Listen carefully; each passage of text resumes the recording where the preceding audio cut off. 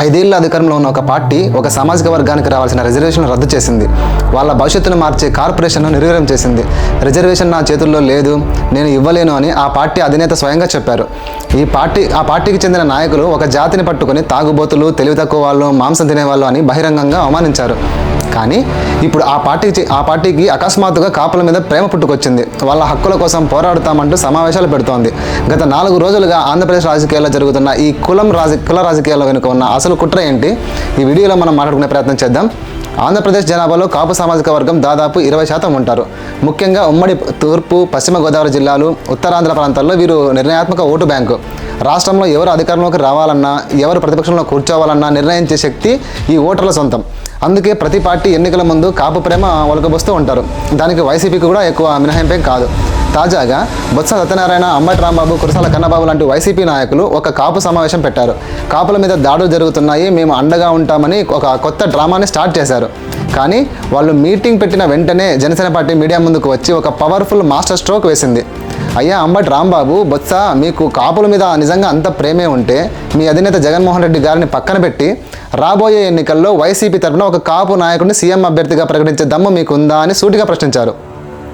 ఈ ఒక్క ప్రశ్నతో అంబటి, బొత్స సత్యనారాయణ డిఫెన్స్లో పడిపోయారు. జనసేన అడిగిన ఈ కాపు సీఎం లాజిక్కి వాళ్ళ దగ్గర సమాధానం లేకుండా పోయింది. ఎందుకంటే జగన్మోహన్ రెడ్డి గారిని కాదని వేరొకరిని కలలో కూడా ఊహించుకునే ధైర్యం ఆ పార్టీలో ఎవ్వరికీ లేదు.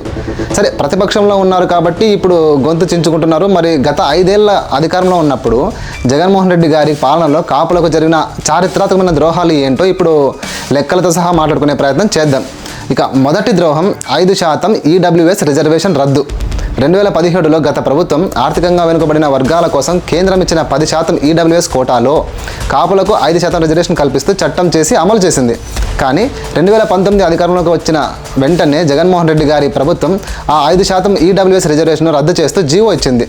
దానికి వాళ్ళు చెప్పిన కారణం ఏంటంటే ఇది కోర్టులో నిలబడదు, కేంద్రం అనుమతి ఇవ్వాలి అని చెప్పింది. కానీ 2022 డిసెంబర్లో కేంద్ర ప్రభుత్వం పార్లమెంట్లో స్పష్టంగా ఒక విషయాన్ని చెప్పింది. రాజ్యసభలో బీజేపీ ఎంపీ జీవీఎల్ నరసింహారావు గారు దీనికి సంబంధించి కేంద్ర మంత్రిని అడుగుతూ whether any permission is required from the central government to provide OBC reservation to any caste in respect of jobs in state government and educational institutions, whether separate central and state BC lists for reservations existed since the beginning, whether 5% reservation provided to Kapu community through the 2019 act by the Andhra Pradesh Assembly, a quota within quota, it means from the 10% EWS reservation is legally permissible, and if due process is to be followed by the government of Andhra Pradesh, if it has to give BC reservation to the Kapu community in state for jobs and education.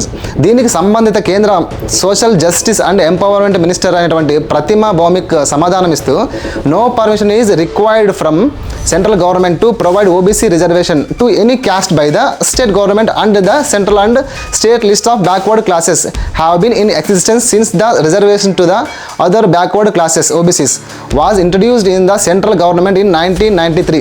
The minister stated that the 103rd Constitution Amendment Act 2019 enables states to provide a maximum of 10% reservation to the economically weaker section EWS, and the state government is empowered to provide reservation to the socially and educationally backward classes and to prepare and maintain for its own purpose a separate list of SC/BCs as per the provisions of Article 342A within the bracket 3 inserted by the constitution 105th amendment act 2021.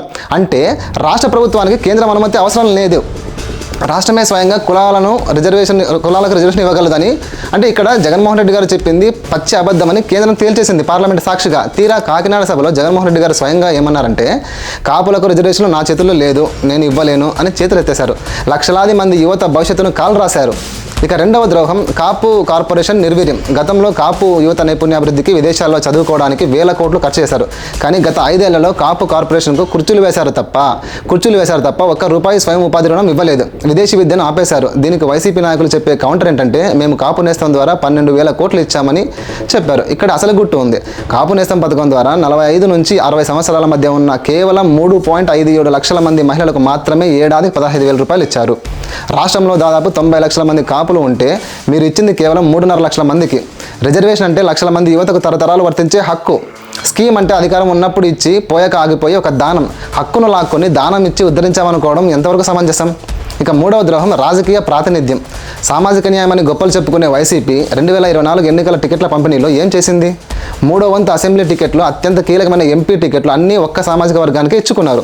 Vijayawada లాంటి నగరంలో 2014 నుండి కాపులకు ఒక్క MLA ticket కూడా ఇవ్వలేదు YCP. 40 ఏళ్లుగా కాపు రిజర్వేషన్ల కోసం పోరాడిన ముద్రగడ పద్మనాభం గారిని ఎన్నికల ముందు పార్టీలో చేర్చుకున్నారు. కానీ కనీసం ఆయన్ని పోటీ చేయడానికి కూడా టికెట్ ఇవ్వకుండా అవమానించారు.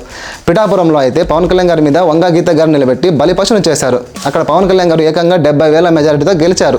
ఇక 4వది అత్యంత దారుణమైన ద్రోహం కాపు కులాన్ని కించపరిచే సంస్కృతి. కాపు సామాజిక వర్గానికి చెందిన అంబటి రాంబాబు అనే వ్యక్తి ఒక ఇంటర్వ్యూలో మాట్లాడుతూ కాపులు తెలివి తక్కువ వాళ్ళు, ఆవేశపరులు, తాగుబోతులు, మాంసం ఎక్కువగా తింటారని ఒక జాతిని అత్యంత నీచంగా అవమానించే అంబటి రాంబాబు గారిని సస్పెండ్ చేయాల్సింది పోయి జగన్మోహన్ రెడ్డి గారు ఆయన్ని ఏకంగా కాపు టైగర్, నా కాపు బిడ్డ, నా కాపు గిత్త అంటూ సత్కరించి బిరుదులు ఇచ్చారు. కోడాల నాని లాంటి వాళ్ళు అయితే కాపు సామాజిక వర్గం మీద ఇష్టం వచ్చినట్లు నోరు పారుచుకున్నారు ఇప్పటికి చాలాసార్లు కూడా. ఏ సామాన్యుడి కష్టం చూసినా చలించిపోయే పవన్ కళ్యాణ్ గారు నిరంజన్ అనే ఒక అనారోగ్యంతో బాధపడుతున్న కుర్రాడిని పరామర్శించడానికి వెళ్తే మాజీ మంత్రి పేర్ని నాని లాంటి నాయకుడు అత్యంత వెటకారంగా, అత్యంత హీనంగా ఆ పసి ప్రాణాన్ని వాడు వీడు అంటూ దూషించాడు. మీ సొంత కాపు జాతిని, మీ నాయకులను ఇంత దారుణంగా అవమానిస్తుంటే ఈ అంబటి రాంబాబు, బొత్స సత్యనారాయణ, కన్నబాబులకు పౌరుషం రాలేదా? నోరు పెగలలేదా? 5 ఏళ్ల పాటు పదవుల్లో ఉండి సొంత కులానికి ₹1 నిధులు తెచ్చుకోలేని వీళ్ళు ఇప్పుడు సడన్గా ఎందుకు అంత ప్రేమ పుట్టుకొచ్చిందో తెలుసా? అది ఈ మధ్య రామచంద్రాపురంలో జరిగిన వైసీపీ కాపు సమావేశంలోనే బయటపడింది. ఆ మీటింగ్లో పాల్గొన్న కాపు నేతలే మనం ఈ ఎజెండాతో వెళ్తే నాడు జగన్మోహన్ రెడ్డి గారు కాపులకు చేసిన అన్యాయాలు చర్చకు వస్తాయి, రిజర్వేషన్ రద్దు అంశం బయటకు వస్తుంది, అసలుకే మోసం వస్తుందని వారే బాధపడ్డారు. వారికి తెలుసు ఇది అన్యాయం కాదని. అయినా ఈ కపట ప్రేమ ఎందుకంటే 2024 ఎన్నికల్లో కాపులు అత్యధికంగా ఉన్న తూర్పు, పశ్చిమ గోదావరి జిల్లాల్లో ఉన్న 34 అసెంబ్లీ స్థానాలకు గాను వైసీపీకి ఒక్క సీటు కూడా రాలేదు. 34కు వచ్చింది 0. ఆ భయం వాళ్ళను వెంటాడుతోంది. పవన్ కళ్యాణ్ గారు ఉప ముఖ్యమంత్రి అయ్యాక ఆ ఓటు బ్యాంకు శాశ్వతంగా వైసీపీకి దూరం అయిపోయి పార్టీ మనుగడ ప్రశాంతంగా అవుతుందనే భయంతోనే 2029 ఎన్నికల కోసం ఇప్పటి నుంచే కులాల మధ్య చిచ్చు పెట్టి రాజకీయ పబ్బం గడుపుకోవడానికి ఈ కొత్త డ్రామాకు తెరలేపినట్టుగా తెలుస్తోంది. ఇక్కడ తెలుగు సమాజం చాలా తెలివైనది. అధికారంలో ఉన్నప్పుడు అనగదొక్కి ఇప్పుడు ప్రతిపక్షంలోకి రాగానే ముసలి కన్నీరు కారిస్తే జనాలు నమ్మరని 2024 ఎన్నికల్లో బలంగా చెప్పారు. 2029లో కూడా ఈ కుట్రలకు ఎలాంటి సమాధానం జనాలు ఇస్తారో చూడాలి. అలాగే ఈ అంశానికి సంబంధించి, ఈ వీడియోలో మాట్లాడిన ప్రతి అంశానికి సంబంధించి ప్రతి ఒక్క ప్రూఫ్ కూడా కింద డిస్క్రిప్షన్లో ఇవ్వడం జరిగింది. ఒకసారి పరిశీలించే ప్రయత్నం చేయండి. జై హింద్.